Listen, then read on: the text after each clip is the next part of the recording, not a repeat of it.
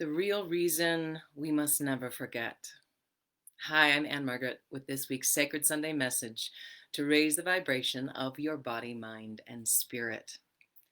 So, this past Friday marked the 19th anniversary of a day that's forever etched in all of our memories. 9/11, 2001 was a day where our country was deeply traumatized, and almost 3,000 lives were lost, and countless others were destroyed, and they had to rebuild them. Several friends of mine also, and just I'm sure country or families across our country are forever impacted by this, even if you never lost somebody yourself. And whenever we experience a loss of life, a very common phrase that we hear all the time is never forget. And living in New York City on that day, I remember it like it was yesterday. People talk about the assassination of JFK in the same way. These very pivotal moments in our country's history, but also these moments of trauma where we don't really know what's real, what's not real. It feels so surreal. And we're trying to process the trauma in the moment individually, but also collectively. And this happens in our lives when we lose loved ones, when people die in our families or friends, our partners, in our communities. And today we're going to explore the psychological impact of loss, how this can be handled in a more productive and integrated way to contribute to the overall beauty and vitality of our lives, so that these losses may not be in vain and that we will never forget, but that life and intimacy and connection is one of the greatest gifts that we can experience. So thank you for joining me today. I know it's a tough week for everyone, I would say, because this impacted everyone, but especially those friends of mine who lost their husbands, their friends, their communities, their brothers, their sisters. So whether it be a national tragedy, excuse me, or whether it be a loss in our personal life, how we react or how we process this loss is a choice that really shapes our future and how we move through this. So let's take a look, first of all, at the pain and the sources of pain. And before I get into that, today is actually the 45th birthday of the most important person in my life, Anthony. He's my partner, my love, my life journeyman, the wisest person in this world who impacts me all the time. And I think it's very appropriate that I'm sharing this talk on his birthday because death is a part of life, and loss and grief and trauma is a part of life. And I wore this particular necklace and the little condor jewelry to represent this very real human experience that we all must go through. This is from I got in Peru, and the Incas. This represents the Inca trilogy of the condor, the puma, and the snake. I don't know if you can see it, but the condor, the puma, and the snake actually represent for the Incas heaven, earth, and the world of the dead. And one of the beliefs that the Incas had was that we are on a journey from the world of the dead through the living and then up to the gods or to heaven. And this is a very similar belief that a lot of us have in Western religions as well as many Eastern religions, but that also that the world is divided into these three planes, and how we navigate those planes says everything about our success in life.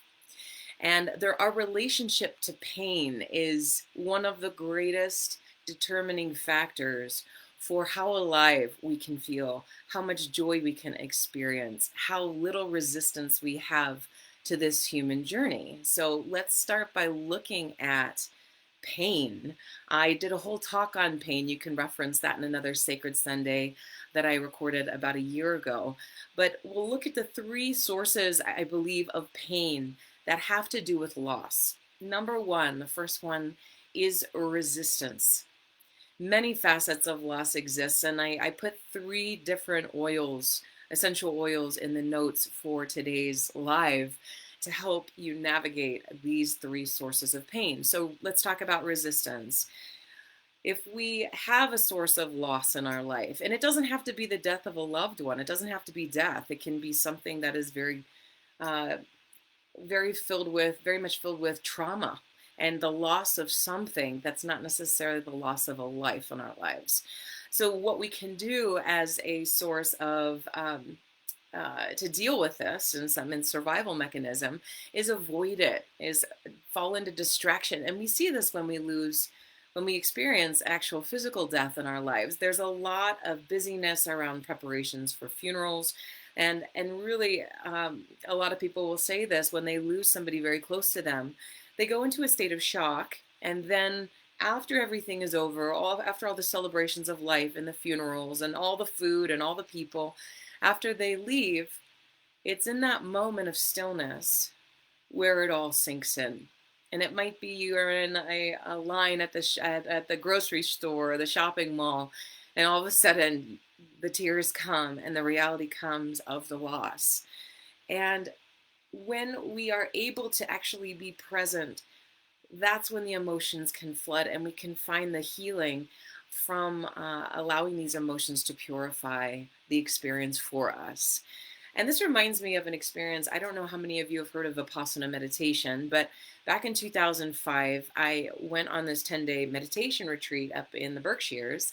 And for 10 days, you're quiet, you're very still, you meditate all hours of the day. And it's a very intense experience. But I remember after meditating on day 3, there was an experience where I had incredible pain in my left knee, like shooting pain, like I thought my knee was going to be permanently damaged. And the teaching in from S.N. Goenka's law of impermanence or law of anicca is that everything changes. So in this first source of pain of resistance, if we can drop our resistance and be present that everything is changing at all time, then we know with the impermanence of life that we can savor it. But in the moment that I am sitting there in meditation and in excruciating pain on that 3rd day of Vipassana, I thought, you know what, let me just be with this and breathe and not resist it. Let me just be present to the sensation and be curious about it. And wouldn't you know, in that moment, there was some separation in my mind, in my brain. Something happened. I can only describe it as when people go into shock, it was like a chosen or an intentional immersion into a shock state where I was able to separate from the pain, be curious about it, and I no longer was suffering. I felt it, but there was a definite lift. There was a separation. And this is something that in the last 15 years I've incorporated into teaching women how to prepare for birth in observing pain and being curious about it. And it's something I've never forgotten and impacts my life every day. And being with Anthony these last 15 years, I have used this in our relationship so that I can, when I face loss in my life, when I face difficult circumstances, rather than avoid it, I can be curious about it and know that the pain will change. It was not permanent, but that if I'm able to stay with being uncomfortable in that state of loss or that state of pain, then there's something there. There's some opportunity. And that pain, that resistance, that trauma can become the teacher. All right, let's look at the second source of pain in losing somebody. So one other thing is the loss of presence, not having them in your life, not being able to appreciate them, and the regret that comes with this. I was just talking to a friend who just lost her grandmother recently, and her grandmother a couple of weeks ago said, "Hey, send me a picture of my great grandbaby," and this friend of mine did not send that picture, and then heard of the loss of her grandmother, and there was immediate regret around not taking that action, not prioritizing that sending of the photo, and then her grandmother being not of this plane anymore. And that regret comes with all of us when we do lose people in our lives of regretting not spending more time with them. And the oil associated with that connection is that oil of marjoram. So I put that link in the notes as well. But how do we connect more deeply? How do we treasure intimacy with family and friends and adjust our priorities so that we can truly savor that time, that impermanent time we have with them? Let's look at the third source of pain. Sometimes it feels like injustice. There was something that happened that was unjust. Maybe something happened in the hospital or with the doctors with your loved ones. Or many with 9/11 see inconsistencies with the formal story and what is scientifically possible and the questions and the doubts around that official story of 9/11. So the source of pain can really shift into a realm of injustice, and if we do not remember history, it is destined to repeat itself. So, for this particular source of pain and injustice, a couple of things I wanted to offer. The oil I'd recommend is Douglas fir, because that's representational of generational wisdom, of spending time with our elders, spending time studying history, spending time learning about what may have happened in your loved one's life that was unjust. Something happened where you now have an awareness and can do something with your purpose, your life purpose, to actually go out and advocate for those who suffer in a similar way or in a similar predicament.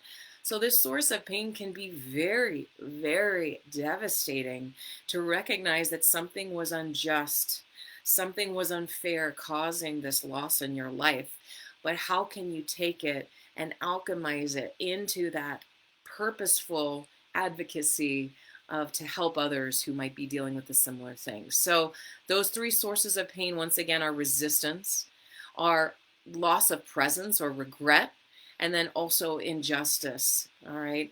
So let's move on now to growth or impact or purpose. Like, in going into this, being able to alchemize the sources of pain and helping us shift our life right now, then we can appreciate one another through being present with one another. We can appreciate time together and prioritize that time rather than get distracted by all the other things. And what comes, or what's necessary sometimes with that appreciation, is that if we are at odds with one another, maybe there's something that happened in your life where you're no longer speaking to somebody who is very important to you, somebody who has played a very significant role in your life, or a family member, or maybe an ex, right? These people in our lives that maybe they're the mother or the father of our children, yet we have lost an intimate relationship with them. So connecting through vulnerability, transparency, outing yourself, allowing yourself to have a healing conversation, even though it'll be uncomfortable, so that the intimacy can return and that you can bridge those gaps of loss, of trauma, of pain. So looking at also the alchemy of pain into purpose, honoring memories by taking the lessons, learning the lessons, deepening the understanding of what's happened, savoring this life, really savoring, remembering that it is impermanent. I put some links in, also the right resources, to this beautiful book, The Discourse Summaries by S.N. Goenka, and more information on Vipassana meditation and that law of anicca, because that is so critical. If we can just realize how impermanent this life is, we'll start living very differently, very differently. So I just once again want to shout out to my beautiful husband, whose birthday is today, and that I use these tools every single day to deepen the intimacy with them, with him, and with those in my life who I treasure so deeply. I use these tools every single day, recognizing the pain points and then how to alchemize them into furthering the intimacies in my life. So tomorrow is a big day. We are traveling by car to New York City to see so much of our beloved community there in Astoria and in Manhattan. And I'm also going to host a 2-hour chakra yoga class to help us really process the pain and the trauma that we've been through in the last 6 months, to clear out the energies of our 7 chakras and have the flow through it so that we can begin our healing. Also doing a women's circle in person and a autumnal equinox celebration, all in the park, so it's outside. We can socially distance. And Anthony is also seeing clients while we're in town. So go ahead and check out. I also put some resources about the Inca trilogy and what that means and studying about that. So Y'all, thank you so much for joining me, and my love and my heart goes out to all of you. And please feel free to share this. I also do one-on-one coaching if you want to go deeper with you or with your spouse or your partner. Keep raising the vibration, everybody. Thanks so much for joining me. Okay, bye-bye.